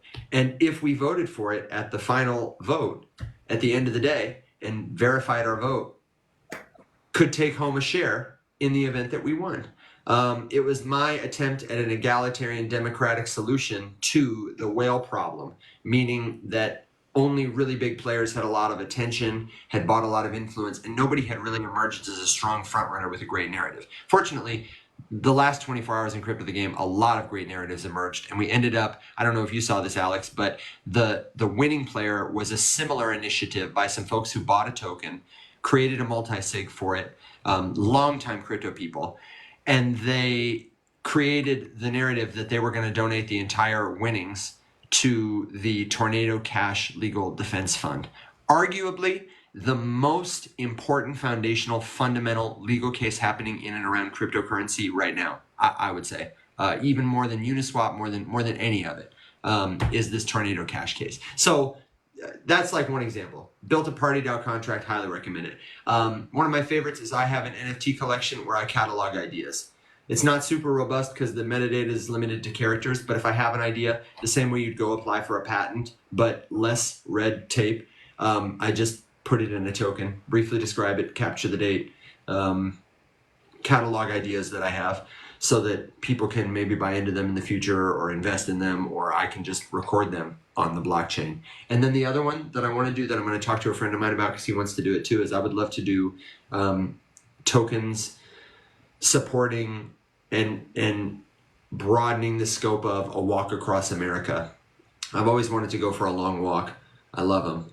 And I think it would be so cool to use tokens to give people the opportunity to help crowdfund that kind of journey and also to catalog and own a part of it. If a guy like me went on a walk across America, I'd be meeting people, having conversations, I'd be taking pictures. I'd create all these kinds of markers that in the form of a token attached would have a tangible form. And wouldn't it be great, if you paid for a piece of my journey to help me, get food that day when I was walking through Ohio, you should be able to claim, without having to pay anything extra, a bunch of the pictures I took that day, or recording the conversation I had with this little old lady at the side of the road, or whatever. And that kind of a contract would be like a tapestry on the blockchain that would tell an incredible, story that we could only tell with tokens. I don't know. What are some of your favorites that you've done or that we've done? I didn't talk about us at all. We've done a ton of stuff. Yeah. The Corrupted collection is one of my favorites. Corrupted is cool as hell. It's an NFT collection with totally mutable metadata and an off-chain reward system that people who hold it can interact with by just doing stuff in the ecosystem and in turn being rewarded with XP, with experience for doing stuff. And then they can take that XP to a store in Discord where they can use it to buy on-chain reflections of their accomplishments and upgrade all of their tokens and thus changing the metadata of the token so that they make it more powerful. They're all game pieces, so you can make them more powerful. That's probably my single favorite thing. I still talk about it a lot to this day. Whenever I tell anyone about it, it usually gets it like hurts me to my core how underappreciated overall that thing is, and it's really just because of where we ended up building it that ended up being a giant swing and a miss. But that like one asks because they're a AI and Microsoft adjacent developer thinking about studying blockchain, and I said you should, because crypto and AI are a match made in heaven. Absolutely. AI I will tell you verification that blockchain effortlessly offers, and blockchain needs help becoming more user friendly and extendable. And what is AI good at right now? The user experience is there. People get it. Like GPTs and learning models and things like that on the front end are huge. Better than us. I would encourage it. Where would you say somebody technical should start? I would say the same thing. Go to Coinbase, learn, or hang out with us and ask your questions. And I mean, somebody technical with already a foundational understanding of code and whatever, you should start expanding your ability to use languages like Solidity and Rust. Yeah, good point. And there are a ton of like really great crash courses you can take on like basic smart contract construction and how to build one. There's a lot of like no code tools that would probably be really easy for someone with code experience to poke around with and mess with.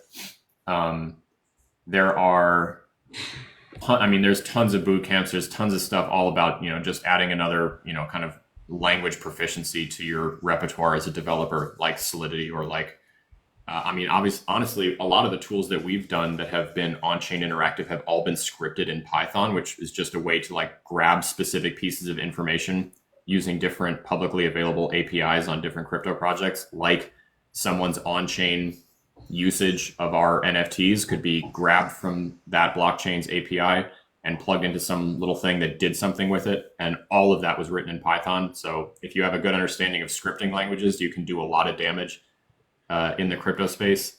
And then I will say too that it's worth it to mess around with that, because I've had a couple of conversations with like theoretical investors in our game, and when I described to them like the process of how we're going to demo this for them, one of the like little things that my dad suggested making to help the game be demonstrated just for MVP purposes, he's like, well, we want to show that you can do stuff on chain, but I don't want to plug into a specific blockchain or build a specific blockchain's tool right now, because that would be potentially a waste of time. We don't know which blockchain it's going to end up living on. So he just made, or I should say he's making his own blockchain that he's calling the mock chain. And every single one of the investors was 1,000 times more interested in the fact that he was making a blockchain to prove a point than anything to do with the rest of the game. There's a lot of interest in there, out there, I should say. The mock chain is a cool idea. And I would say too, another step that you definitely should take is get on Warpcast. Yeah. Get on Warpcast, sure, because the signal to noise ratio is incredible. I don't like Twitter style social media. It's like Twitter interface, but the interaction, the culture is different, and it's everybody who is anybody who is interested in building something or learning about, what you might call Web3. It's super. And we have links in our bio. We're having a friendly competition. If you're not on Warpcast yet, go to the link in my bio or the link in Alex's bio, and for no extra cost to you, you can help the show, get us a couple of bonus warps. Maybe we can start a channel or something. It's cool. Warp, like let's do the time warp again. Warp, WARP cast. If you just click my face or his face and go to the link in bio, you'll see it. It's the only one that looks like that. Warpcast on Farcaster. Alex, can I talk to you about, and I want to talk, there are some people here I want to talk to about it too. Tori, I want Tori's opinion on this. Plike, I'd love your opinion on this, about what happened in Crypto the Game yesterday in terms of the conversation around who should get the prize. Because I feel like it's fundamental to a lot of stuff in crypto. Is that cool? Bueller? Hang on. Take your time.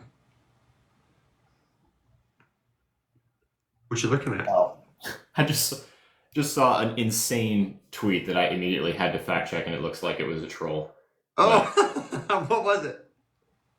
It was one of the whale watchers just said, breaking, Gary Gensler's going to resign. Did you see his tweet yesterday? Yeah. I didn't see it until right now. Okay, the best reaction to it was, so Gary Gensler made a tweet that started out, "It has been an honor serving you as chair of the SEC." And the best meme I saw about it was, the black gentleman with short hair, and he's looking into something like, and then in the next page he's like, because the tweet sounded like he was retiring, but it was just a really boomer way to open like his appreciation for his colleagues, and we're going to stick around and keep And then he went on to talk about all the regulating they'd done.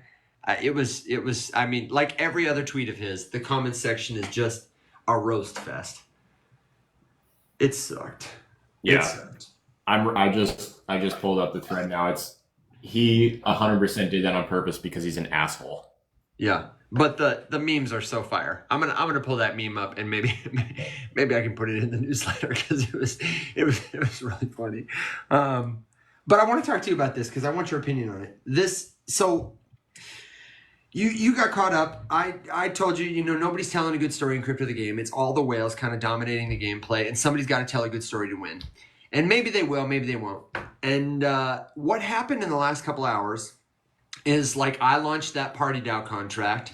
The Tornado Cash people spun their thing up, and lots of other people kind of came together to give the money away or pool the prize money. And last season, which is just a couple of weeks ago, started this year, there were people who talked about splitting the pot some way also, or donating the money also, and they got a lot of flack. Almost nobody who talked about that made it to the finals, and the people who talked about it then didn't win. And there was this really interesting conversation around it. People on the other side of this issue had serious umbrage with the idea that people would split the prize pot. And the objections I heard were numerous. First one was, if people see a fund or an organization or a cause wins the game, that will discourage them from playing in the future. They will think, I have to be a cause to win. Bad research, bad data, bad argumentation. This is the second season of the game. Totally new dynamics at play this time. The second objection I saw is it's meant to have, many will play, one will win. It's against the spirit of the thing. And I even saw people arguing this to the conclusion that it's against the spirit of crypto. One person said to me, I think crypto is about people doing things for others without expecting anything in return. And then on the other side were folks like me, and I would say a lot of crypto OGs, the DAO people, the open source people, the public goods people, who said this is the point of crypto, people coordinating to defeat bad incentives with better incentives. Like the game is open. The pieces are NFTs. That's the incentive design. And it lives in the context of a monetary system where anything anybody can do to make money, you might have values or virtues about it, but that's you. The money system is set up this way to incentivize people to accumulate more money, whether it's for themselves, for a cause they care about, to split equally among their friends. All of it is acceptable, meaning within the rules. But it was just really interesting to me, and I wanted to know where you fall on that debate. What do you think about should one player only win the pot? Is that the spirit of crypto, or is it the spirit of crypto that people coming together to coordinate something bigger than themselves, usually trustlessly? Is that what crypto is really about? And I want to hear what people in the comments say too, but what do you think about that? So I have conflicting opinions because I don't think either one of you is right or wrong. I think that the true nature of crypto should be the freedom to make your own determinations. To do whatever you want, right? And if the group collectively would like to split a pot, then great. Good for you guys. However, I would not agree that the person who disagrees with that should then be demonized. And I'm not saying you're doing that. Should be demonized in any way, shape, or form, because that's not what they want to do. Yeah. However, I've seen enough reality shows with a pot splitting mechanic built in. Like I'm thinking of The Challenge, for example. Yeah, sure. Wherein the second they introduce that as a possibility, you're immediately looked at as a shitty person for not supporting it. And even if the whole point of the game is to win, there is an infamous moment in challenge history where two people who were competing as a pair for the entire duration of the challenge then got to the end and they have to both answer the question, keep or split, and they don't get to see each other's answer. And if they both say keep, something happened. And if they both say split, they both split. But if one says split and the other one says keep, then the person who said keep gets everything and the split voter gets nothing. And Classic prisoner's dilemma. Yeah. They made it all the way to the end, and the couple was standing there, and one of them, the girl, said split, and the guy who was her partner said keep, even though they had agreed beforehand to split together. And he took all the money and he was like, I don't feel bad at all, and he left. And he is widely regarded as, I don't even remember their names, but if you look that up, I guarantee you can find it. He's looked at as the great villain of challenge history. Like, despite all the terrible things people have done in that show to each other to get ahead or win a challenge or do whatever, he is the ultimate betrayer. And I would maintain this. He was a douchebag, so I'll give him that. But at the end of the day, like the whole point of the game was to like show up and win money, Yeah. and Yeah. he showed up and he won the money. Yeah. So the nature of that conversation just makes it to where I would be worried that for crypto the game's future, if I think they have a valid point that if a fund won the money and then they donated everything, that if next season people opt to not do that and some guy wins it all and he doesn't want to donate it, he wants to use it to better his own life for whatever reason, or she wants to use it to buy something they've always wanted or whatever it is, that they're going to be regarded by everyone else as like, oh, okay, we're back to being shitty people. And that's not fair. So I think that you run into the conflict of like combining human nature to react to, an altruistic outcome versus a personally beneficial outcome in two different ways. And that could hurt someone in the future that is just trying to play the game because they want to win and they have a good strategy and maybe it works out for them and they win and whatever. Oh, see, I think the sentiment for crypto the game players is the opposite. Like after the fund won, people were like, this is not, obviously enough people voted for them that they won, but the vocal people I saw on social media who were players or watchers of the game were like, this is not how it's supposed to be. They thought it was wrong that the fund had won. I mean, my obvious disclaimer caveat is that like I am not tapped into that ecosystem at all, and you've been in it and living it and eating it and breathing it. Well, but you're tapped into crypto, and that's my ultimate foundation is exactly what you said. I feel like the most important thing. People came up to me and they were like, "Hey, you should disband this group that you have to split the pot with people," and I was like, "Why?" And they were like, "Because it's against the spirit of the thing," and I'm being brief here for there's obviously a lot more nuance to all these different conversations, but my ultimate point was the spirit of crypto to me is creating a space that at its foundation is open, which is hard to do in the context of a broader, powerful system where things are closed and centralized. But here we have a chance somehow to do it.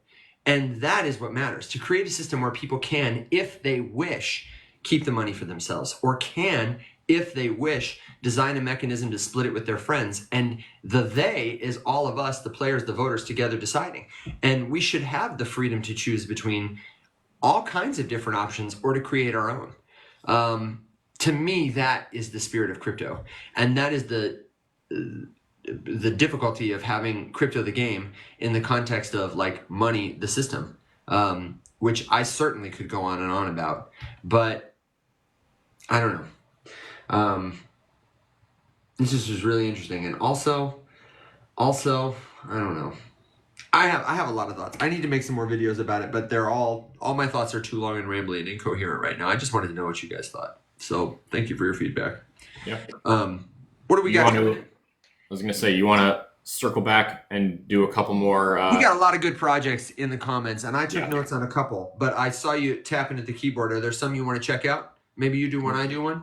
Say you want to start with Omni, the most recently mentioned one, and we could pull back up. And if there's another I've got one. Omni, Ondo, Spectra, which we've talked about before. And if there's another one, feel free to drop it. I think Crypt Truth also said bonus, and Crypt Truth dropped a ton of projects, honestly, that we won't have time to get to here. One of the things I do want to say while Alex is looking up Omni is we're meeting this week to try and figure out, where's the best place for people who really just want to know. Like, Robbie, usually you come in here and you have a project. Sometimes we don't get to all of them on the show, but we do want to be able to give people feedback. So be on the lookout. If you're not on the emailing list, I get it. You're not into emails like me, but please do sign up for it, because I think we're going to send an email maybe just like midweek one time, or we'll put it in the newsletter. Alex and I both want to get a place where people can come together and if you just want a project review, we don't have to make a whole published, beautiful, captioned TikTok. We can just get on and be like, here's what I did, here's what I think about it, or, what do you think is going to happen after the halving, or what's your take on the SEC's thing, like a forum. Discord has proven to be difficult. People maybe don't like to use it or whatever. We want some feedback on it. So get on the newsletter. Be on the lookout for that. We want your help because we'd like to do more of this if it's valuable to you. What do you think, man? Omni? Yeah. I just did the exact same process start. So I had Gemini give me the quick and dirty. Although this time I'm going to try adding the follow-up prompt to, like, remove the technical jargon and explain it to me like I'm 10. Love it. I really do love that. Every time we talk about it, I'm actively like, oh, do I have enough time right now to cancel my GPT subscription and go get Gemini? I'm going to do it. Hi, darling. The one exception that I have noticed is just kind of like I was saying earlier. If you ask Gemini just like a blunt question right to its face, it may not give you the exact answer you're looking for. So then you kind of need to, like, take it a step back, hold its hand, and walk it to the answer, which is fine. These things are improving, and I know they just made a significant number of upgrades and stuff too. So I'm hoping that so far it seems like it's doing a little bit better job there. But this is also like a thread that I've been training for a week or so. Tori says, "Yeah, I'm like that, and I'm a Gemini." Me too, Tori. Although not that much. All right, so this is kind of cool. Let me compare this. So, Omni in the crypto space, bridging the gap between. This is the technical answer. Bridging the gap between traditional finance and blockchain. Omni aims to bridge the gap between TradFi assets and the decentralized world of cryptocurrency. The problem that it is aiming to solve is that the traditional integration of conventional financial assets like stocks and bonds with blockchain has always been challenging. This limits the ability of people to use blockchain technology like transparency and security for these different assets. And Omni proposes a protocol built on top of existing blockchains like Bitcoin and Ethereum, which enables the tokenization of these assets, essentially creating digital representations on the blockchain. Okay, so that's a long-winded way of saying they want to tokenize traditional investment assets. Real-world assets kind of thing, yeah. This is the dumbed-down version. Omni, turning real-life stuff into video game money, sort of. That's a great video hook. They should make that video. Imagine you have a super cool baseball card, but trading it can be tricky. Omni is like a special machine that can turn that card into cool digital tokens that you can trade in a giant video game marketplace alongside other digital stuff. The problem, sometimes it's hard to trade things like stocks and bonds or even fancy artwork because they're not digital. And Omni takes those real life things and turns them into digital tokens like little game pieces that can be more easily traded online. Omni is almost exactly like this project Ondo that I'm looking at here, and which is basically the same kind of thing. Permissioned tokens for assets that are otherwise not tokenized. Institutional grade finance now on chain is their headline. This is a big narrative we're seeing a lot of. And it's interesting because a project like Pendle is kind of doing the opposite. Like they're liquidifying these decentralized assets and accelerating the velocity of cash that can flow through liquid assets or derivatives. And this is like the same idea in terms of what is the tech actually doing. We're creating tokens to represent assets, but these are oriented towards totally different audiences. Is that one oriented towards an institutional audience? Because this is definitely oriented towards like institutional investors or TradFi investors who probably have a higher net worth and more conservative bent. Like just, look at the website branding, black and white, institutional grade finance now on chain. Yeah. APY, USD, US, like US, that's a dog whistle. High quality asset managers, that's a dog whistle. World-class client service tells me you're not somebody who wants to degen in and swap something 15 times. You want to set it and forget it. What is hold on, there's so many Omnis on CoinGecko that I'm trying to figure out what's the real one. Yeah. But it sounds like these might be like competitive products. A lot of people are working on this, solving this kind of problem. I think so. Okay, I think I'm looking at the real one here. $250 million market cap. Tremendous amount of the tokens not in circulation, like 90% of it. Interesting. Yeah, actually, just about 90% of it is not circulating. And you said 250 mil? Yeah, it's project rank is number 242. Crypt Truth, is that? Yeah, Omni Network. Okay, I'm looking at the right thing. Yeah, and Ondo is at just over $1 billion. Okay, so yeah, Omni is based on the website. It's immediately geared towards more institutional clientele. It's terse to the point. It looks good. It's just said, backed by Pantera, Two Sigma, Coinbase Ventures, Jump, Spartan, and Vessel. So all big firms.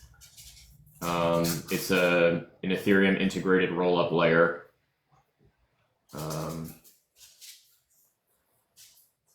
Oh, and you know what? Yeah, so these are totally pure like competitor products. Check this out.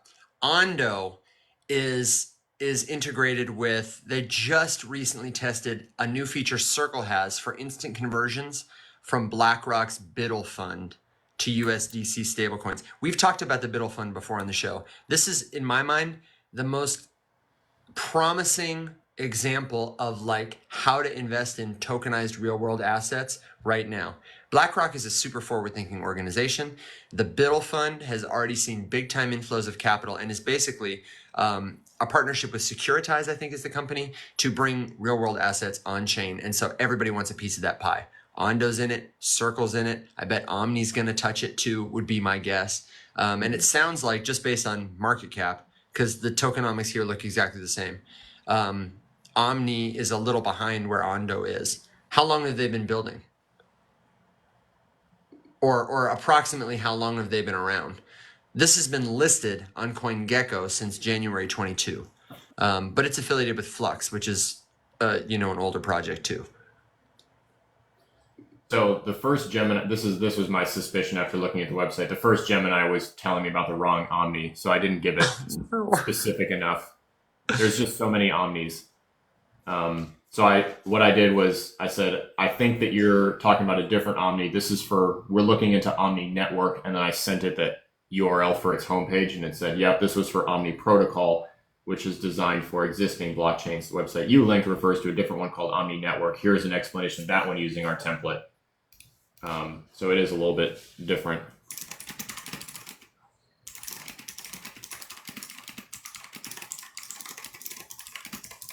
Man, that sounds like a sexy keyboard, dude.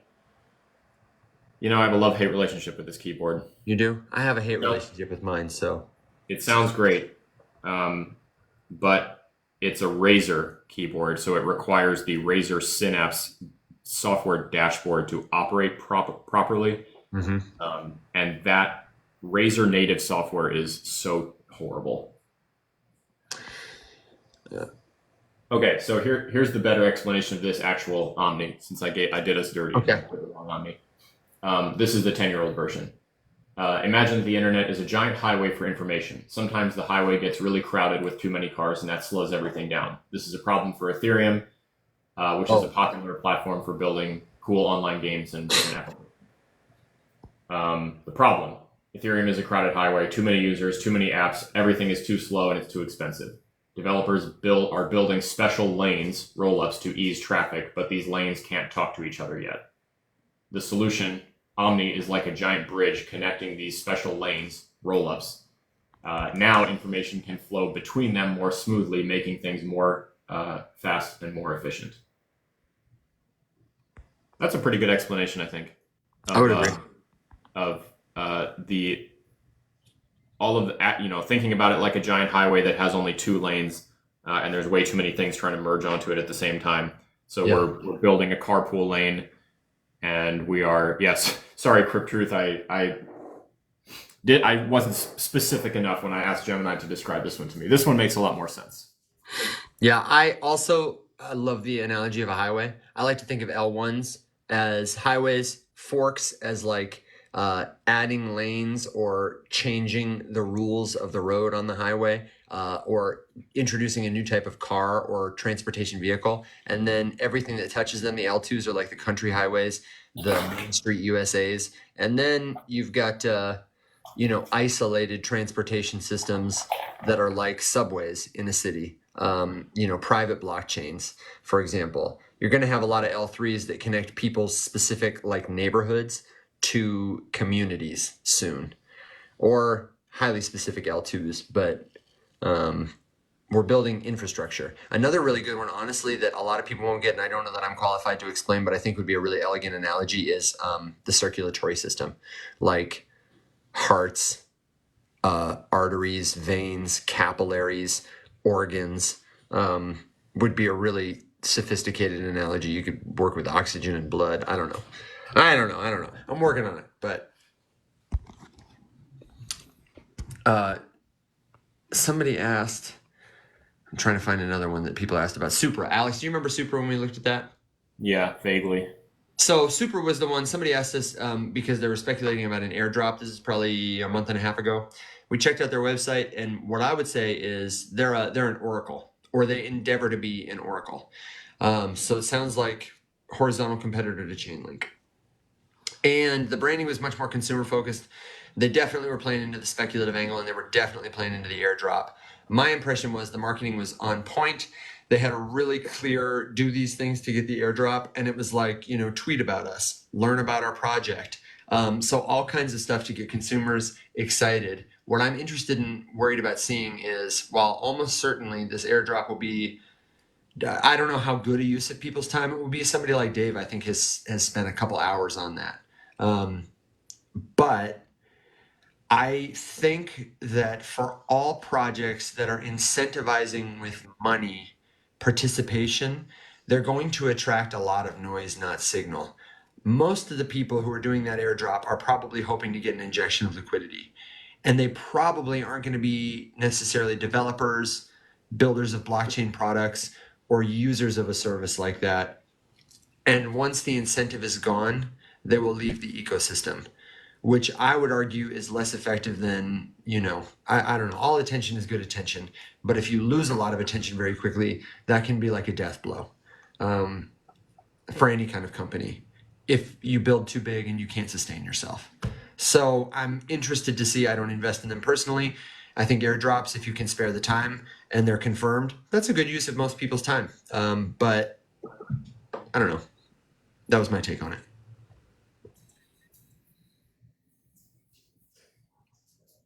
Let me say I'm catching up. I would call the project good shit. Yeah, Tori, I don't know off the top of my head, but it sounds like something that probably exists, but I don't know. I'd have to poke around a little bit. What is this project you guys are back and forthing about? I'm still catching up. Large scale messaging aggregator. Oh, like takes your messages from everywhere else and puts them in one interface? That's the vibe I'm getting, yes. I mean, I would be bullish about that. I just downloaded a product the other day called Yup that's going to have its own, like tipping token. It's a Farcaster client, and it allows you to simultaneously post to Warpcast and Twitter. And of course, there's like some bugs and glitches and limits and stuff, but give me more stuff like that, honestly. I want to sign into it. Eventually, what I want, Alex, is one private key that I sign into everything with, that only I know, that first leads me to my personal GPT assistant, and then I can talk to it just like this, maybe just by thinking, and it does everything for me. Edit this photo, call this friend, do this thing, prove I'm here, go to my bank, whatever, plan a trip. I don't care. That's where I'm ready to go. Tori, I now understand what you were saying, and immediately my first gut response is that you're going to get sued into oblivion. I think you're going to get shut down immediately. For what? What are you talking about? By take your pick of any one of the social media titans. If your product would theoretically pull traffic off of the Twitter or the Facebook or the Instagram homepage and put it into your application, where all you're doing is like pulling the data off of those big social media sites, I think you're going to get boot stomped. But that's the kind of thing that somebody would do and get sued for, and it would generate a lot of attention, and then consumers would be like, wait, why don't we have this? And then they would start to demand it, and somebody would, I think we would build rails to give it to people. I think there's this cycle of like knowing about something, awareness, and then there's like friction, right? As some people adopt it early and try and make it work, and then there's this cycle of adoption and then probably like acceptance. I don't know if that's, somebody probably has a framework, but we're at the friction stage, I think. The debate here is the collision of optimism and realism, where yes, or vision with reality. Yes, because it's not necessarily just real all the time; it's real right now. Yeah, because launching a new social media of any variety is one of the hardest things that you can do. It's one of the. It's really hard. It's hard, and also code is because hard. You're. Go ahead. You're not to say that you couldn't make one. Yeah. No. But just to say that you are immediately jumping in to compete with the biggest companies on earth. And it's not to say that they shouldn't be competed with. And I hate the narrative that like, because they're so big, they are untouchable. And that is literally why monopoly law exists. And we barely ever do anything with it. But, every now and then someone kind of mentions doing a monopoly enforcement action. But the point is just whoever builds that would then need to basically agree to martyr themselves for the betterment of humanity. And more often than not, the machines that you're fighting are so titanic that the boot stomp doesn't actually result in anyone actually being martyred. It just results in the person who got boot stomped losing all of their time, energy, money, whatever they put in to make the thing happen. And that's not to say that it's not a beautifully noble cause. It's just, someone that I know worked for a very large, I don't want to give away anything specific, but they worked for a very large company and they were the victim of a very obvious case of discrimination. And anyone who looked at it could tell you in 10 seconds that they had been treated illegally and that the company was in violation of at least 10 different laws by what they did. But the option was that this individual could hire their own lawyer and then sue this giant multi-billion-dollar company. And there was no chance that you would ever survive even the filing of the lawsuit. So it didn't go anywhere just because it literally can't. So that's the Tornado Cash situation though. Yeah. All of this comes back to like, companies will have a vested interest in the context of like capitalism and representative democracy like we have to protect their ideas, to keep them behind paywalls in order to return profit and more profit for shareholders. And they have a tremendous amount of influence, maybe even more than elected officials do, because of the kind of freedoms they have that officials don't. But right now we are in a reality where developers are being seriously prosecuted, expensively so, for code that they wrote. Anybody would agree, sue Toyota or shut them down because people can and do kill others with automobiles every day. It's not a sensible thing to do. And this technology, which is going to has already transformed and will continue to transform lives, it is being regulated in that way. And so I don't know. I think we have to advocate for an open foundation and keep building things that give us an open foundation. But we are absolutely going to continue to run into legality. That's a significant barrier we have to change first.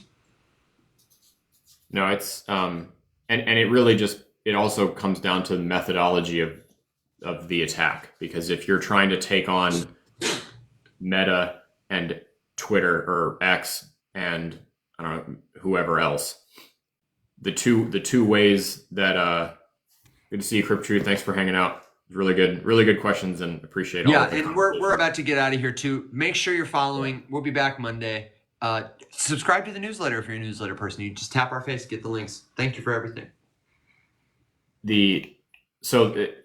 Look at Warpcast's methodology for competing with these things, right? To just completely do their own thing and to create their own incentive structure and to just have done enough to attract enough influential people to where more everyday users are interested in going over there for the sake of just being on that platform, versus the theoretical, like just plugging the API for all of these big things into a different feed, because then the survival of your platform relies entirely on those platforms not finding a way to shut you down, or just blocking access to their API, which honestly, I would be surprised if they don't already, unless you are doing it specifically as a way to embed a direct link to their platform into something else, like YouTube lets you embed a video or Twitter lets you embed a tweet. It's just like different methods of attack. So like you could see the benefit in taking data specifically from Meta or Twitter. But then at the same time, it's sort of like it's I hate to make this analogy because this is a not a good project, but it's like the Hex thing. This is like Pulse Chain. Pulse Chain's whole shtick is that Ethereum sucks, and they wanted to make a better version of Ethereum. However, they did it by building their thing on Ethereum, and the only reason that Pulse Chain can function is because Ethereum is live. And if Ethereum disappeared, Pulse Chain would disappear with it. And it's just because the people who built it are grifters and the people who use it are being conned.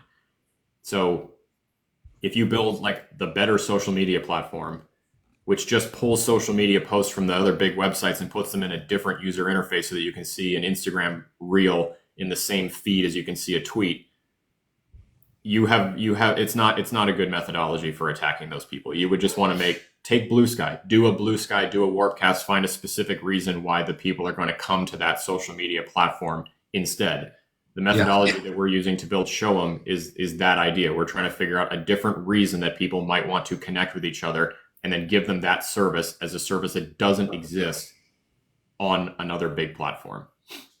But just aggregating their data, I can guarantee you're going to get sued, you're going to lose, and you're going to accomplish nothing. Speaking of Shoup, unrelated to anything, but I know we have to get some contracts for that. I think we should just pull a couple of contracts that already exist, like the Penguins, the Apes, Crypto the Game would be a great one because those people are super social and make a lot of tokens. I don't know. I think there are a lot of contracts that we could just... No, I think that's the way. I was talking to Mac yesterday too about it, and I was just like, if we were going to do any sort of specific collection, this seems like a better use case to like put the effort into launching the future founders and using that as the kickoff for Shoup. However, that's a lot of work, and I don't know that any of us have the bandwidth to do a future founders creation right now. Yeah, and launching, we got to acquire users. I'd rather go where users are and then just tell them about it. Mm-hmm. Here's a new cool thing you can use.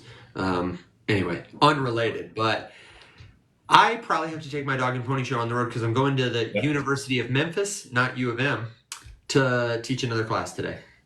Sweet. Influencing bright young minds, see if I can work an analogy about peeing in a pool into my conversation. What's the today, this is a lecture I've given them before. This is a marketing class for the College of Business. There's a professor there who's into our content and really likes, wants to incorporate, AI, blockchain, etc., because they don't have curriculum for it. So her final exam for her students is to use a GPT to be your assistant in creating a marketing go-to-market strategy for like an organization that is building a particular product. And so we're going to talk about like prompt construction, garbage in, garbage out kind of stuff. I'll probably use GPT, but I'm going to be a heavy advocate for Gemini. And I'll tell them about a couple of, free tools they can use and apply their sort of theoretical knowledge of different social platforms and analytics to. These are the questions I would ask. This is how it can help you as you're writing copy or as you're looking for market data, whatever. And then I'm basically giving them a roadmap to how I would do their final assignment, which is, you've got to market this product for the next month. Come up with a month of like social media strategy. What are you going to do? Give me some example posts. That's argue cool. for why this is good or that platform or whatever. That's cool. I think it's going to be cool, man. I'm looking forward to it. I love it. And usually when I show up, I forget how young, this sounds so patronizing, college students are. Which makes me sound old. But I forget at that time how new I was to so many ideas. And I don't know, I think I take it for granted sometimes that people are as in this stuff as we are because they're young, and young people are hip to stuff.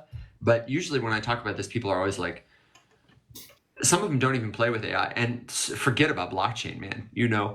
I'm gonna probably talk a little about crypto the game, and I don't know. I think I'm like this weird, because I always dress like me and talk like me, and the students are always, they give me great feedback. They're like, Evan, we always really love it when you come to class because we never know what you're gonna say. I said, that's me either, man. You are like you are a techno hippie, just like a weird a digi hippie. Yeah, a guy who came down from his garden on the mountain and might ask you for money and might grant you 3 wishes, but it's going to be an interesting ride. So, what about you? What are you doing this weekend, man? We're doing a stream. Hopefully, yeah, we should. Listen, let me tell you about that first. I'm going to interrupt your answer to say tomorrow, Rise Up After Dark. We're planning on it at 6 p.m. Central Standard Time. It should be halving day, so maybe we can have some Bitcoin jokes, and maybe I'll buy a pizza with Bitcoin. I don't know, or something, and come by and we'll talk about it. We really did not do a good job to talk about much. Did you talk about the halving at all yesterday? Only so into as to define it. But which is okay, if people don't want to know about it, that's no big deal. But it is a big deal. You should know about, and there'll be resources. Someone did ask me, how will I know that it's happened? And I said, it will be impossible for you to not know that it has happened. Is it in yet? Because everybody who creates any form of content about this entire industry is going to talk about it tomorrow. Yeah. But like nothing, the tides won't shift, the wind won't change. In terms of your experience of using the protocol, absolutely nothing will change. I'm sorry. So we're gonna try and do a stream. We'll probably film some content. What else you got going on, man? And hopefully not much else. I've got to do some work stuff, a bunch of social media stuff. You and I need to talk today about the YouTube channel. I had a meeting with a friend of mine yesterday who is the YouTube guru. So we traded strategy tips for TikTok versus YouTube. So I got some good stuff. We have some work to do on the channel, and we got to record some stuff. So I want to put together the outline for at least 3 videos that we can knock out. Mostly just work in my spare time, and then relax at some point. I would like to go out on the river, take a kayak out, but I'm not sure. It's starting to get hot. It was like almost 90 yesterday. So yeah, here too. Yep. Here too. Okay, well, I'm gonna catch up to you this afternoon. I'll text you, and we can go through video planning and talk a little about YouTube. I've got some great notes from that Chris Doe talk. Talk about what's the next step for our community of folks here. How can we continue to add value and make it the morning show experience everywhere all the time. I'm looking forward to it, man. Same. Well, thank you everybody for being here. It's been another great week at the Rise Up Morning Show, and we got to get out of here. Thank you. We love you. Sign up for the newsletter. Ask us your questions. Check out the YouTube. Join us back here Monday, 7 a.m. Central Standard Time. And until then, my friends, adios, arrivederci, see you later, bye-bye. Rise up.